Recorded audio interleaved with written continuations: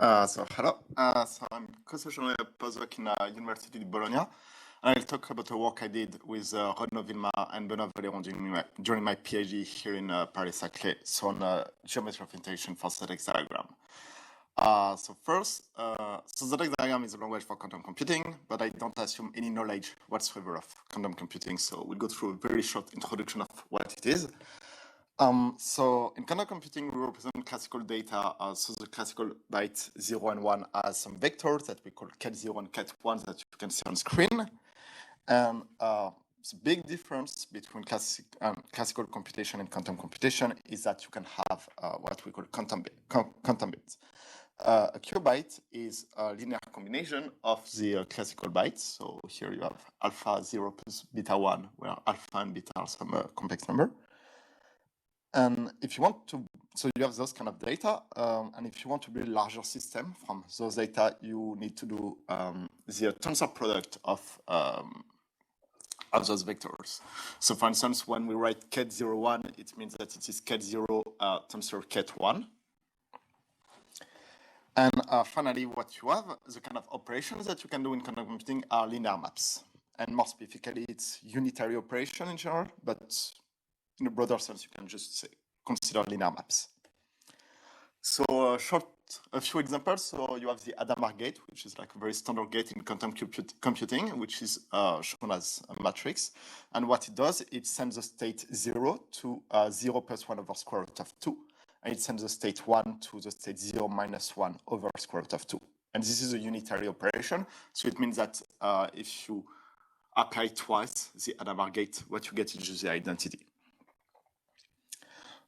So in general, like those two states, 0 plus 1 over square root of 2 and 0 minus 1 over square root of 2 are called the state plus and minus. And another kind of operation, which is not quantum in itself, is the control not operation, which takes two input qubits. And it says if the first qubit is at 0, you do nothing. But if the first qubit is at 1, you apply the not operation of the second qubit. And this is also a unitary operation. So the ZX calculus was introduced by Koch and Duncan in 2008. And it's part of a larger system, of a larger program, which consists of reformulating quantum mechanics through category theory. It manipulates string diagrams, so it's like object like that you can see on the screen. So it's made of different nodes, like the green node or the yellow box. And you have some wire, and you can just connect the different boxes with the different nodes through some wires that you can bend in any way you want. So I say that in quantum computing you consider unitary operation. It's not the case in ZX. It's any linear map, and so it is a universal language. So you can encode any possible linear map that you want, and it has a denotational semantics that we'll see in just a few slides. But what it does, it's like an operational interpretation, and this is what this talk is about. So let's see what is actually the ZX calculus. So it's made of multiple generators from left to right. So you have just the empty diagram. You have the identity diagram. So you can just see as a function as the identity function. You have the swap. We just take two input and swap them. So cap and cup that we'll skip for now. And the green node, which, oh, I forgot to say, the diagram are read from top to bottom. So the top wire are the input and the bottom wire are the output. So the green node can have multiple input and multiple output, and it has some parameters that we call an angle that is written alpha here. And finally, you have the Hadamard gate that we saw a bit earlier. So you can compose those diagrams either in a sequential manner, so it's applying one diagram, so one function after the other, or in parallel. And so you have this standard interpretation that send any ZX diagram to a matrix of complex number. So for instance, the diagrams that on the bottom right, you can compute its semantic, and you can see that it is a C0 operator with some scalar 1 over square root of 2. So more formally, the semantic of each generator is given as such. So for the green node, basically what it does is that it does some kind of pattern matching on all of its inputs. I say if all the inputs are 0, then I will return only zeros. And if all the inputs are 1, then I will return exponential of I alpha of all the output at 1. And if it is some combination of 0 and 1, then you just return the 0 vector. the Hadamard gate, so it's the semantic of the Hadamard gate that we saw earlier.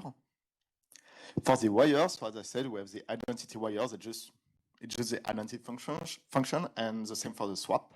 So just take two qubits and swap them. And finally, for the cap and the cup, so the cap is an operator that takes no input, but what it will return is an entangled pair of qubit. And the cup is the opposite operation, so it will take two data and it will check whether or not they are the same. So this is just a word denotation semantics. So when you compose two diagrams, it's just the matrix multiplication of those of the diagram, and if you compose them in parallel, it's just the tensor product of the matrices. And so we'll define a token machine to give operational semantics to this language. So for those familiar with linear logic, the token machine is obviously based on the geometry of interaction that exists in multiplicative linear logic. So the reality of geometry of interaction is that you will have token, so that will move through the diagram and that will carry some invariant as they move along the graph. And the invariant is the computational content of the diagram. So a token is just free data. First, it is an age of the ZX diagram, so it's the position of the token in the diagram. Then you have a direction, either going up or down in the diagram. And then you have a state, which is 0 or 1, basically representing a cat 0 and cat 1.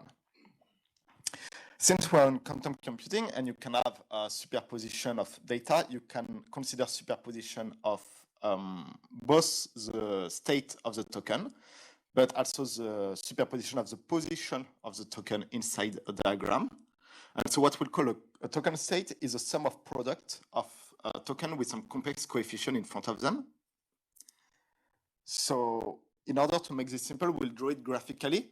So on the bottom left, you can see typically a token state. So the black dots, are represented by the token, and you have the direction written next to it along with the state. And so you can have two diagrams, which basically represent a sum of token states. And when you have multiple tokens on a diagram, it represents a product of those tokens. And then you can have some complex coefficient alpha and beta. So one thing that is particular is that you can have, since you have multiple tokens on a single diagram, they can potentially meet each other, which is not something like that is usual in a geometry of interaction.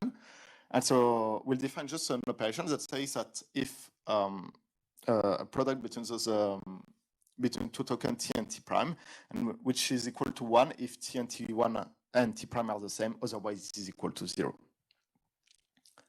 So let's say actually what happens when two tokens collide. So you have two possibilities. So either the two tokens collide and they are in the same state x, and we'll call that a positive collision. And so in this case, nothing happens and the two tokens simply disappear. But potentially the tokens are in opposite state, and this will reduce to 0. So graphically, it means that the whole diagram from the sum will disappear. Then for each generator, so first for the green node, if you consider that you have some input token x on one of the wire, what will happen is that you will add the scalar exponential I alpha in front of the diagram, and you will duplicate this token on all the other inputs going up and all the output going down. So the intuition behind that is that since the green node does some kind of pattern matching and checks that all the data are the same, duplicating one of the data and sending back up is like taking an hypothesis. So here you say, okay, let's say this is 0. And basically you say, okay, we'll assume that all the other input will be 0. So you send them back in the same state. So it's like some kind of hypothesis. And you say, because I took the hypothesis that all the inputs were at 0, I return everything at 0. And similarly, if it is at 1, then it is the same principle. And okay, just to complete, imagine that on another wire, you have a token that is in the opposite state.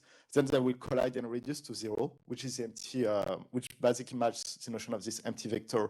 And so it will capture in some ways this semantic of the green diagram like this, the green node like this. Then you have the Hadamard gate. So when you have a token that enter it, simply create a superposition of the two diagrams. And for every other generator, which are just wires, the token will simply move along and just go straight and does nothing, basically. So let's go back to this example of the CNOT. So this is a CNOT operation with a 1 over square root of 2 in front of it, and say you apply the state, you give it as an input the state 1, 0. It would return 1 over square root of 2 of the state 1, 1. And so if you want to simulate that kind of behavior, what you do is that you just input 2 tokens on the diagram.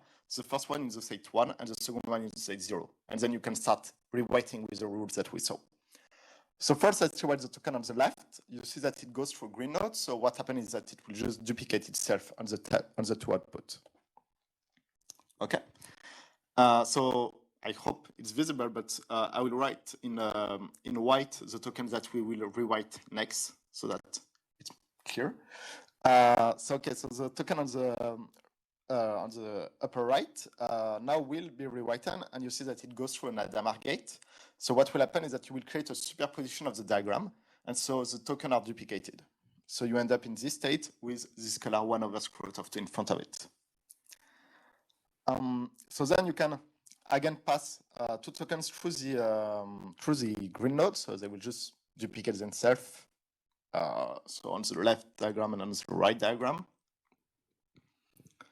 And then what happens is that you can rewrite another one of those tokens that will go through the Hadamard gate, and again it will create a superposition.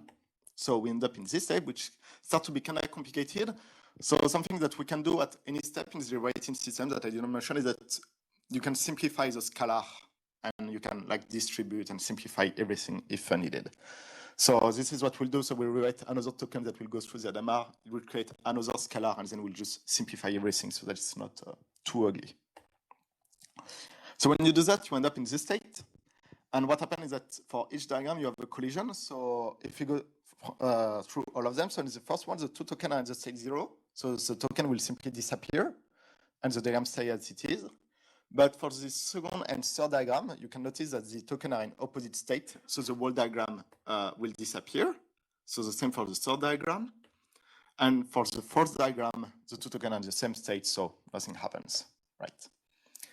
And so finally, just to conclude, we'll again rewrite both tokens at the same time on each diagram. So you end up, so because they both go through an Hadamard gate, so they both duplicate themselves. So you end up with 4 diagrams. And what you can notice here is that the first and the third diagram are exactly the same with the same token on it, while the second and the fourth diagram are also the same. So you can sum them or subtract them from one another. And this matches the notion of interference that you can, positive and negative interference that can occur in quantum computing. So the first and third diagram, you sum them. There is a minus in front of the third one, so they just disappear.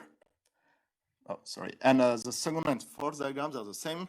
They're summed together, so it's twice this diagram. So then you can simplify this scalar, and you end up with that.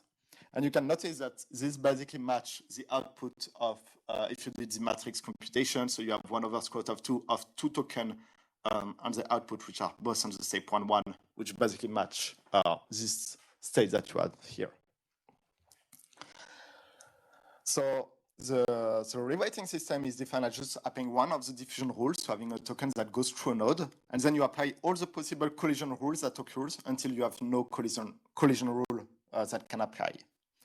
And you have two things that you want to avoid in this rewriting system. The first one is to have multiple tokens that does not collide on a single edge, and non-termination.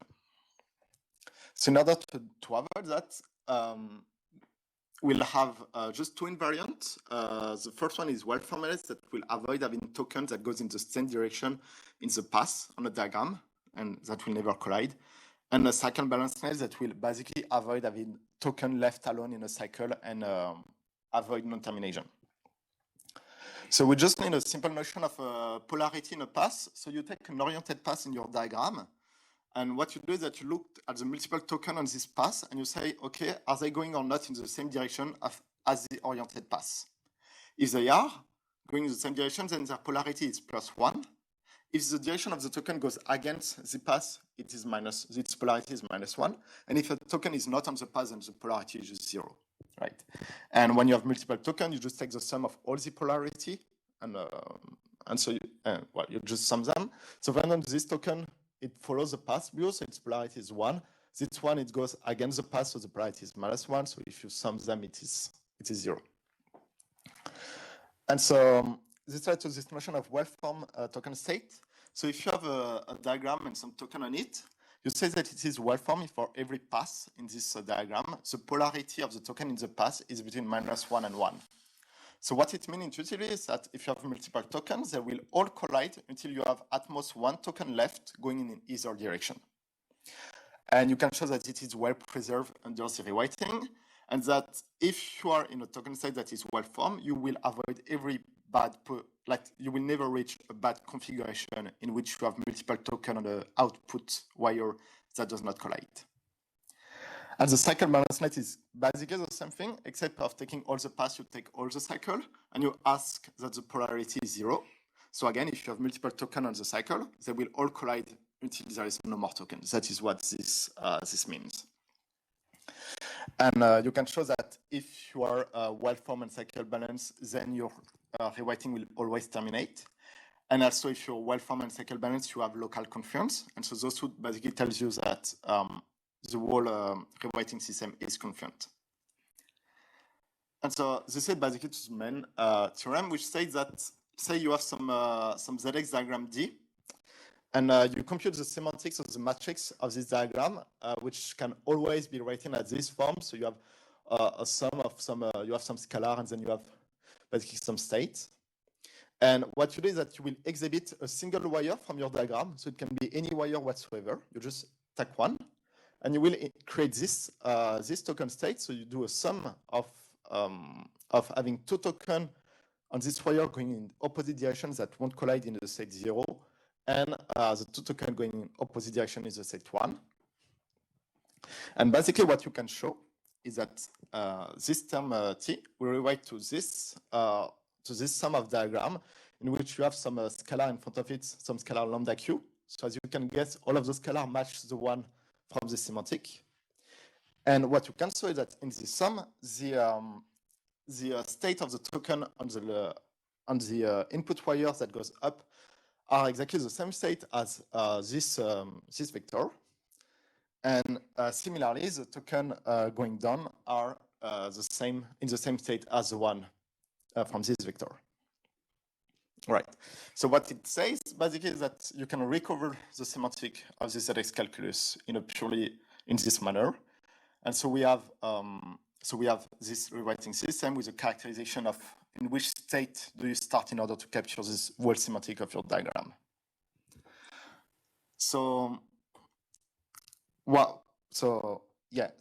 this gives us like some framework to have a new semantic for this ZX calculus, which is way more operational. And the idea was to be able to study the way you can have tokens that move in a superposition of position in a ZX diagram. And this has some implication in quantum computing that I don't want to detail too much here because I guess not everybody is doing quantum computing, but this has implication in studying the control flow of quantum programs.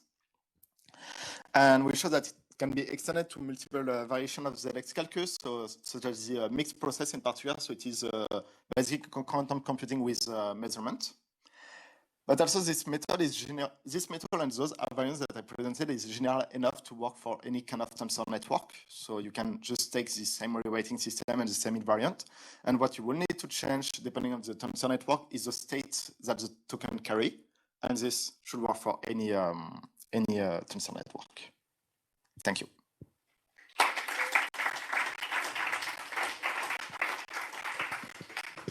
You got questions? Just on this last one. So what would be the kind of rule you would have for passing the more general tensor than the green spider? Sorry? So you have a rewrite rule for passing token past the green spider. Yeah. So if you use a different tensor as a generator, yeah. I mean, I guess even like what kind of language you consider. But like, for instance, you can, how can I say? Let me think how to say this in English. So basically, like if you take language like, I don't know, like ZW or ZH and whatnot. So the idea was that just when you have a token that goes through, it can in some way simulate the behavior of this of the semantic of this node. It's gonna always the same intuition of saying if you have a generator, you look at what it does on all of its inputs, and basically you take the you send back the token in the proper way, such that it will somehow simulate the semantic. But this can be done for like variation of ZX, like ZW and ZH. Right.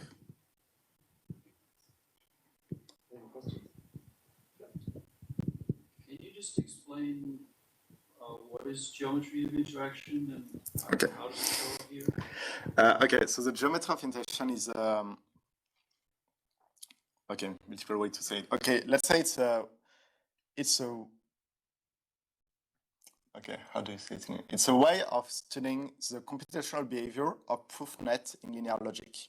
So proof nets are just a graphical representation of proof of linear logic. I understand proof nets now. Sorry? Does that mean I understand how to do proofs in proof nets now? No. No. But basically, so proof nets are just a graphical representation of proof in linear logic. And what Jean-Yves Girard, so the one that created this language, realized is that you can have, so proof net, you can rewrite them, basically, which corresponds to the notion of cut elimination in logic. So it's basically like evaluating your proof net. And what he realized is that you actually don't need to rewrite a proof net. And what you can instead do is use tokens that will move along the graph in order to capture the same computational behavior. So it has had some implication in logic, like in complexity theory and stuff like that. So it has some use. And the idea was at first to try and relate the way geometry of interaction work in linear logic and how could we import it to the to quantum computing in order to kind of try to create a bridge between linear logic and quantum computing. So this was basically a first shot at trying to create this bridge. We have some new work called, for instance, the many-word calculus, if you want to check it out, which is like basically the direct follow-up of that, and which has way closer relation with logic. And I guess the idea was mainly to import this technique of linear logic to quantum computing and to try to study, in order to help us study the control flow of a quantum program.